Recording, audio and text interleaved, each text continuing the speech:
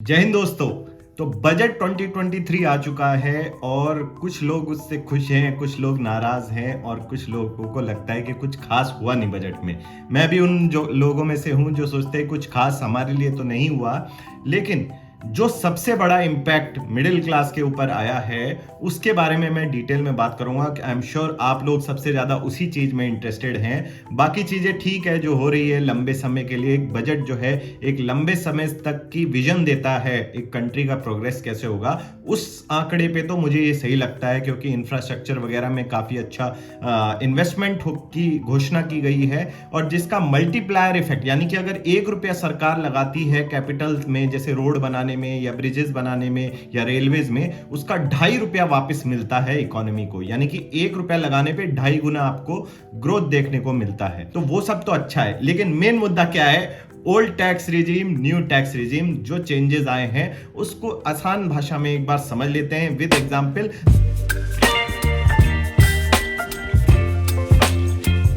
ताकि आप अपना डिसीजन बना पाएं कि ओल्ड टैक्स रिजीम में रहना बेहतर है या न्यू टैक्स रिजीम अब ज्यादा आपके लिए फेवरेबल हो गई है।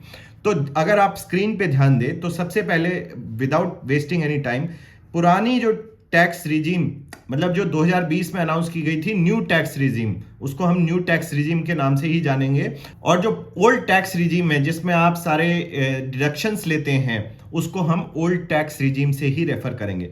तो जो 2020 में अनाउंस हुई थी उसमें ये स्लैब्स थे कि 2.5 लाख तक कुछ नहीं टैक्स, 2.5 से 5 पे 5%, 5 से 7.5 पे 10%, और इनफैक्ट 5 लाख तक आपकी इनकम थी तो उस पर जीरो टैक्स था। अब 2020 में क्या अनाउंस किया गया है कि 0% टैक्स लगेगा 0 to 3 पे, 3 से 6 पे 5, 6 से 9 पे 10, 9 से 12 पे 15 और 12 से 15 पे 20। और सबसे अच्छी खबर यह है कि 15 लाख के ऊपर ही अब 30% टैक्स लगेगा। ध्यान दीजिएगा ये न्यू टैक्स रिजीम की बात हो रही है, ओल्ड टैक्स रिजीम में कोई चेंज नहीं आया है। अब सबसे इंपॉर्टेंट जो यहां पे अनाउंसमेंट है कि अगर आपकी इनकम 7 लाख से नीचे है, मतलब आप पूरे साल में हर तरीके से अपनी इनकम सिर्फ 7 लाख दिखा पाते हैं या कमाते हैं तो आपको जीरो टैक्स देना पड़ेगा। तो ये तो बहुत ही बढ़िया बात हो गई उन लोगों के लिए जो अपना करियर जस्ट शुरू कर रहे हैं। तो आमतौर पे स्टार्टिंग पैकेज, चाहे आप इंजीनियरिंग में जाएं या वैसे बीकॉम बीएससी वगैरह करके जो आते हैं, उनका पैकेज वही 5, 6, 7 लाख का होता है और उनको कोई अब वो करने की जरूरत नहीं है कि यहां इन्वेस्ट करना, ये पॉलिसी लेना, ये वो लेना। उसके बगैर आप सीधे जीरो टैक्स पे करेंगे 7 लाख पे। और इसका अब आप कहेंगे कि स्लैब्स का क्या मतलब है? तो स्लैब्स का यहां पे सिग्निफिकेंस ये है कि जब आपकी इनकम 7 लाख से ऊपर हो जाएगी और आपने न्यू टैक्स रिजीम ली होगी तब आपका इस तरह से टैक्सिंग होगी कि अगर आपकी मान लीजिए 7 से 7.5 भी हो जाती है तब आपको 0% देना होगा 3 लाख तक, 3 से 6 पे 5 और 6 से 7.5 तक आपको 10% टैक्स देना होगा। लेकिन इसमें कैविएट ये है और कैलकुलेशन के साथ हम यहां पे देख लेते हैं, बहुत अच्छा से एक प्रिपेयर्ड डॉक्यूमेंट है यहां पे, आप देखिए। अब यहां पे सीधे सीधे कंपैरिजन किया गया है। इस टेबल को मैं एक बार समझा देता हूं कि ओल्ड टैक्स रिजीम में आप कितनी सेविंग करते हैं। सबसे पहले उसको हम अकाउंट में लेंगे।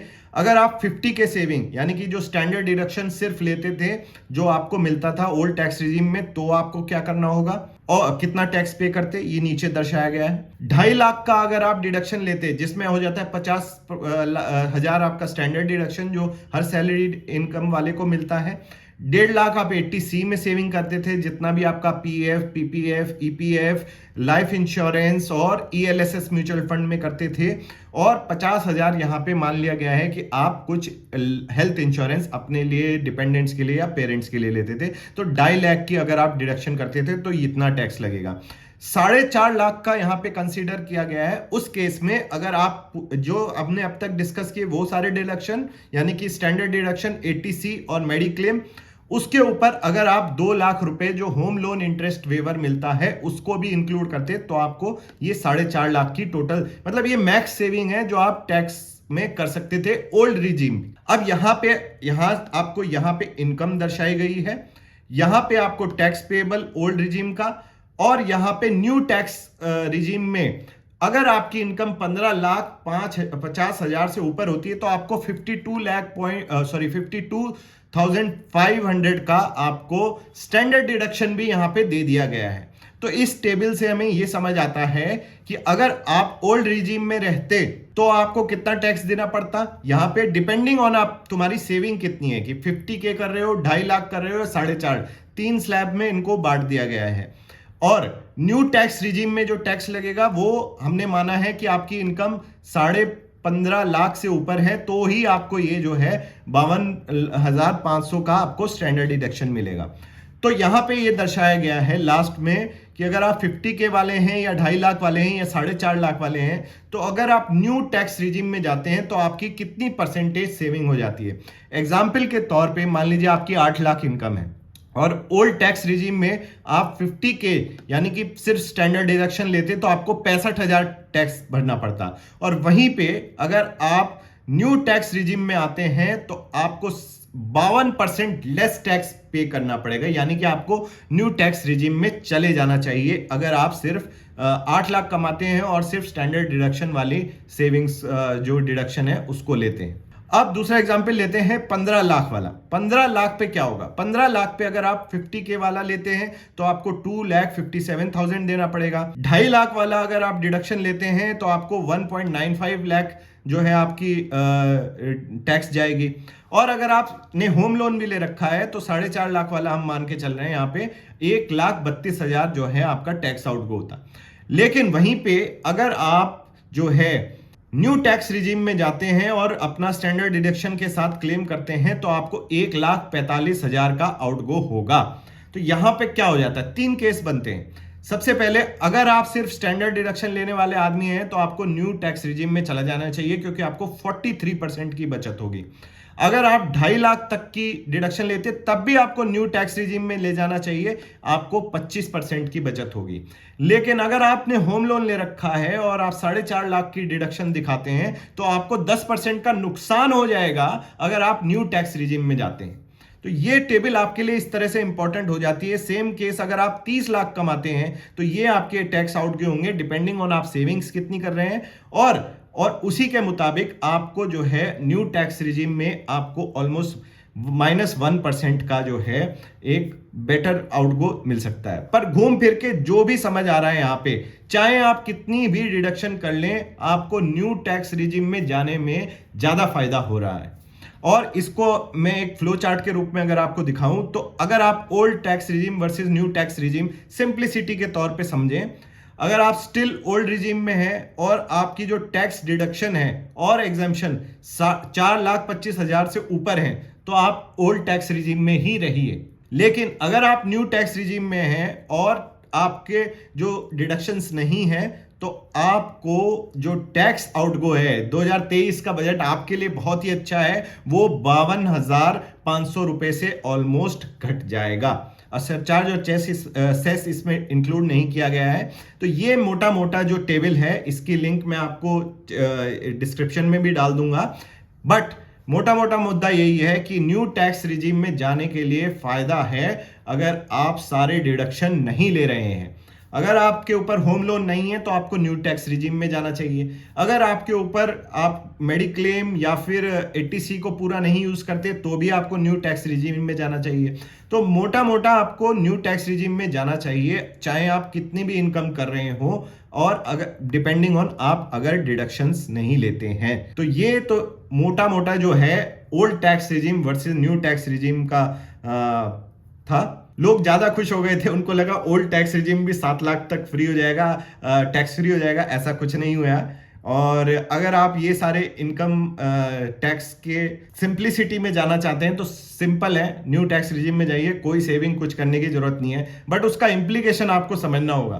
पहले लोग टैक्स बचाने के चक्कर में एटलीस्ट कुछ सेविंग कर लेते थे पीएफ में, इनफैक्ट आप इंश्योरेंस या फिर इसमें भी इन्वेस्ट कर लेते थे, जो कि सही नहीं है, बट स्टिल आपकी कुछ सेविंग हो जाती थी।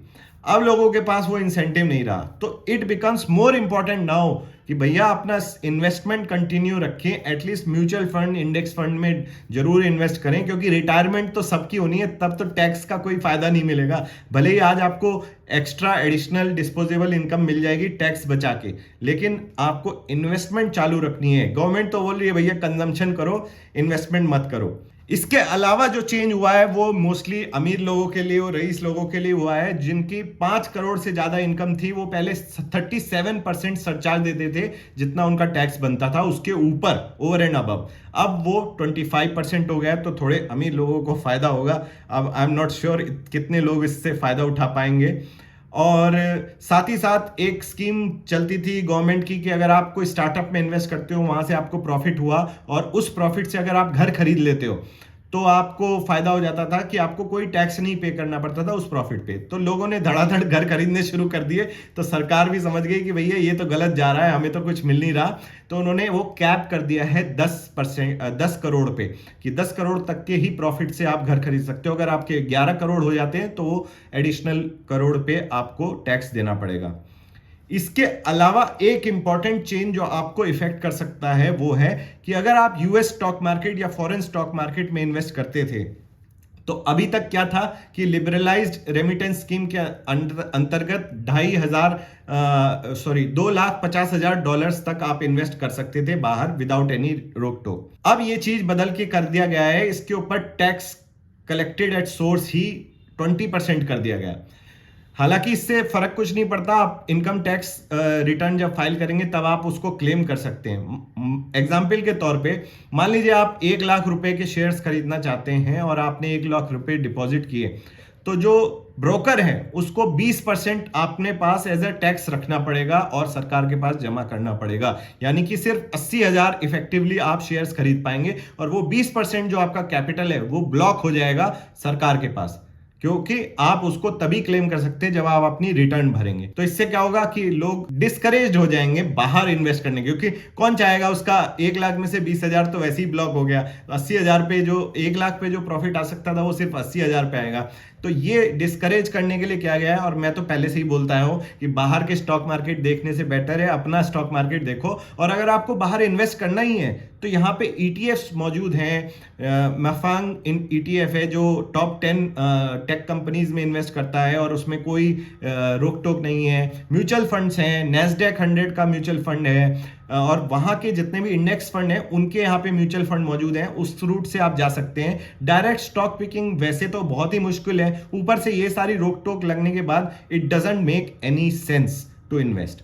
इसके अलावा जो हमने बात करी थी कि कैपिटल एक्सपेंडिचर गवर्नमेंट बढ़ा रही है बजट में, मेन मुद्दा वही निकल के आया है। और इसके अलावा बहुत सारे अनाउंसमेंट किए गए हैं, अब सारे अनाउंसमेंट यहाँ कवर नहीं किए जा सकते, लेकिन जो मेन चीजें थी जो आपको इफेक्ट करती थी वो मैंने बता दी हैं। New tax regime now has become very attractive specially to those who are starting career, और जिनके नए करियर शुरू हुआ है या 3, 4, 5 साल का एक्सपीरियंस है, ज़्यादा उनके ऊपर लोन या फिर वो इन्वेस्ट नहीं करते टैक्स सेविंग इंस्ट्रूमेंट्स में, तो उनके लिए तो ये बेहतर हो ही जाता है विकल्प। और साथ ही साथ पुराने लोग भी, जो ओल्ड एक्सपीरियंस लोग हैं, हमारे जैसे लोग हैं, उनके लिए भी अब अट्रैक्टिव हो गई है। क्योंकि अगर आप 4,25,000 या 4.5 लाख वाली जो डिडक्शंस नहीं क्लेम कर पा रहे हैं पूरी तरह से, अगर आपके पास होम लोन नहीं है वगैरह वगैरह, तो new tax regime is much more beneficial, जिसको आप फायदा उठा सकते हैं। और ये जो अब नेक्स्ट जो फाइनेंशियल ईयर है उसमें डिफॉल्ट स्कीम बन जाएगी कि पहले आपको ओल्ड वर्सेस न्यू चूज करने के लिए ऑप्शन डालना पड़ता था। अभी क्या होगा कि पहले डिफॉल्ट से ही न्यू टैक्स रिजीम जो है आपकी चूजन रहेगी। अगर आपको ओल्ड में जाना है तो आपको वो ऑप्शन चूज करना पड़ेगा। तो ultimately at the end of the day आपको खुद देखना पड़ेगा कि इस टेबल जो मैंने आपको दिखाई है उस पर आप कहां फिट करते हैं।